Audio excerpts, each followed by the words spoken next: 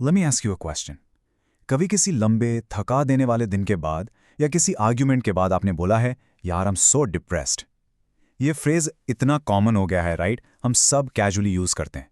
लेकिन इस crucial difference के बारे में जरा सोचिए। क्या आप सच में क्लिनिकली डिप्रेस्ड हैं या you're जस्ट फीलिंग सैड? एक आम इमोशनल अप एंड डाउन और एक सिवियर मेडिकल कंडीशन के बीच का जो डिफरेंस है ना, वो मैसिव होता है। और ऑनेस्टली यहीं से सारी कंफ्यूजन और मिसअंडरस्टैंडिंग शुरू होती है। देखिए, एवरीडे सैडनेस बिल्कुल नॉर्मल है। बॉस से डांट पड़ गई, एग्जाम खराब हो गया या बस ऐसे ही मूड ऑफ है, यू नेचुरली फील डाउन। लेकिन कुछ दिन में जब सर्कमस्टांसेस चेंज होते हैं, वो सैडनेस चली जाती है। पर मेजर डिप्रेसिव डिसऑर्डर ये कोई पासिंग मूड नहीं है, ये एक सीरियस मेंटल इलनेस है जो कम से कम 2 हफ्ते तक कंटिन्यूसली रहती है। और इसका सबसे बड़ा इम्पैक्ट पता है क्या है? ये आपकी लॉन्ग टर्म फंक्शनिंग और नॉर्मल डेली टास्क्स को लिटरली पैरालाइज कर देता है। ऑफिस का काम करना, ठीक से खाना, सोना या पढ़ाई करना, सब कुछ डिसरप्ट हो जाता है। ये एक ऐसी बीमारी है जो इंसान से उसकी नॉर्मल लाइफ जीने की एबिलिटी ही छीन लेती है। अब क्योंकि इसके सिम्टम्स किसी वुंड या बुखार की तरह विजिबल नहीं होते, लोग अक्सर इसे एटीट्यूड प्रॉब्लम या वर्क स्ट्रेस समझ लेते हैं। और इसका अल्टीमेट नतीजा? नंबर 10।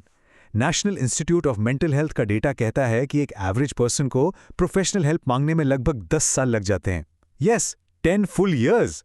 एक पूरा डेकेड लोग साइलेंस में सफर करते हैं, सिर्फ इसलिए क्योंकि उनके आसपास कोई उनके सिम्टम्स को समझ ही नहीं पाता। साइकियाट्रिस्ट्स ऐसे ही ब्लाइंडली डायग्नोसिस नहीं करते। वो diagnostic and statistical manual of mental disorders का प्रॉपर्ली यूज करते हैं, जो अभी अपने 5th एडिशन में है, जिसे हम DSM-5 कहते हैं। इसमें एक रूल ऑफ 5 बहुत ही ज्यादा क्रूशियल है। इस मैनुअल में एग्जैक्टली 9 स्पेसिफिक सिम्टम्स दिए गए हैं। क्लिनिकल डिप्रेशन कंफर्म करने के लिए एक पेशेंट के अंदर कंसिस्टेंटली इनमें से कम 5 सिम्टम्स होने चाहिए, ऑलमोस्ट हर रोज लगातार 2 हफ्ते के पीरियड तक। तो ये 9 सिम्टम्स एग्जैक्टली हैं क्या? ध्यान से सुनिए। पहले 2 कोर सिम्टम्स हैं। पहला, पूरे दिन एक लगातार लो मूड रहना, और दूसरा एनेडोनिया, मतलब अचानक से उन सभी चीज़ों में इंटरेस्ट या प्लेजर लूज कर देना जो आपको पहले बहुत पसंद थी। इन दोनों में से एक का होना तो मैंडेटरी है। फिर आते हैं बाकी सिवियर फिजिकल और मेंटल इम्पैक्ट्स।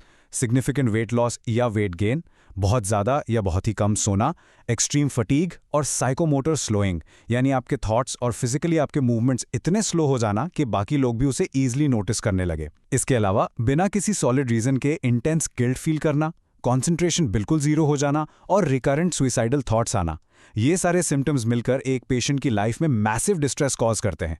और याद रखिए, ये किसी हैंगओवर, टेम्परेरी फेज या किसी और दवाई का साइड इफेक्ट नहीं होते।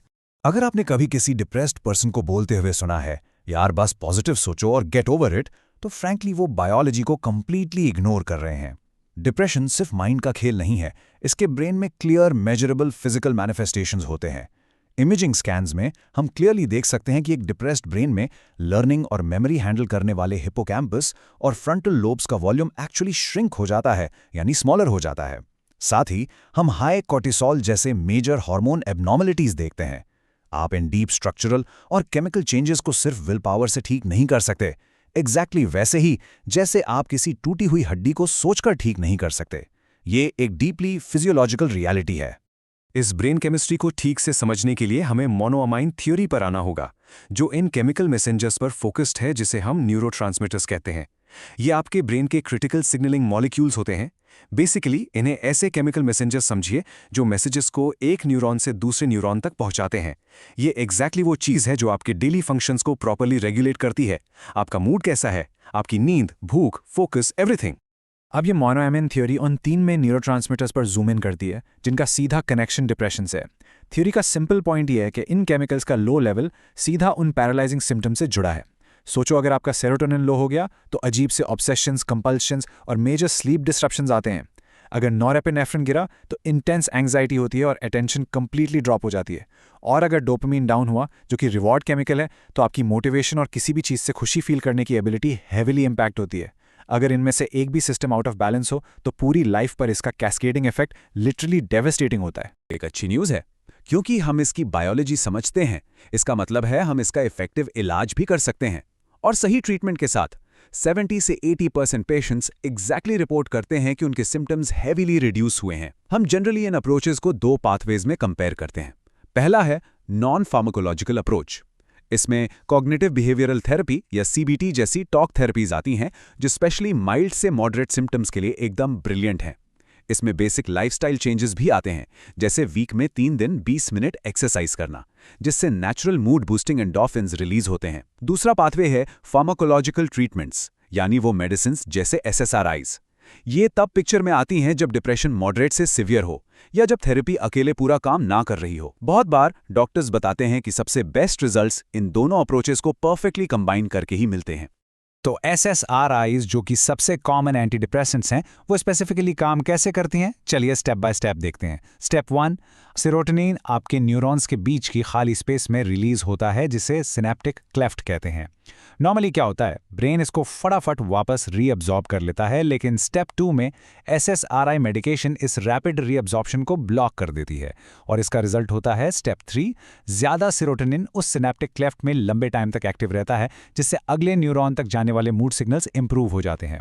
ये बेसिकली आपके ब्रेन के केमिकल सिस्टम को वो सपोर्ट दे रहा है जिधर वो खुद थोड़ा पीछे छूट रहा था।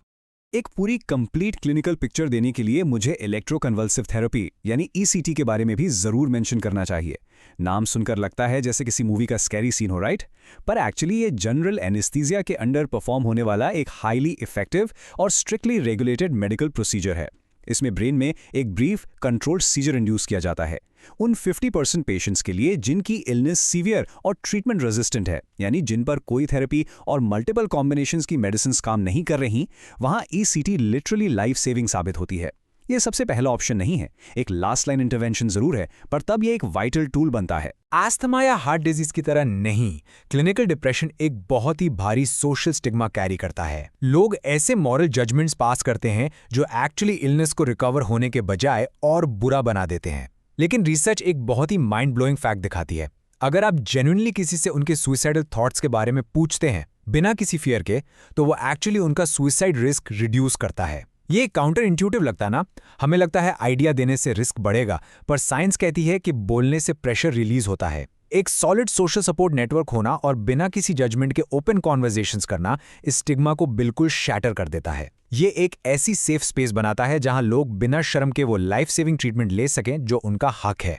तो इस एक्सप्लेनर के एंड में आते हुए मैं आपसे सीधा एक सवाल पूछना चाहता हूं। अब जब आप फैक्ट से इक्विप्ड हैं, जब आप DSM-5 क्राइटेरिया, ब्रेन के एक्चुअल फिजिकल चेंजेस और राइट ट्रीटमेंट की रियलिटी समझ चुके हैं, तो how will you change the way you support the people around you? Depression सिर्फ सैड होना नहीं है, it's a profound medical reality.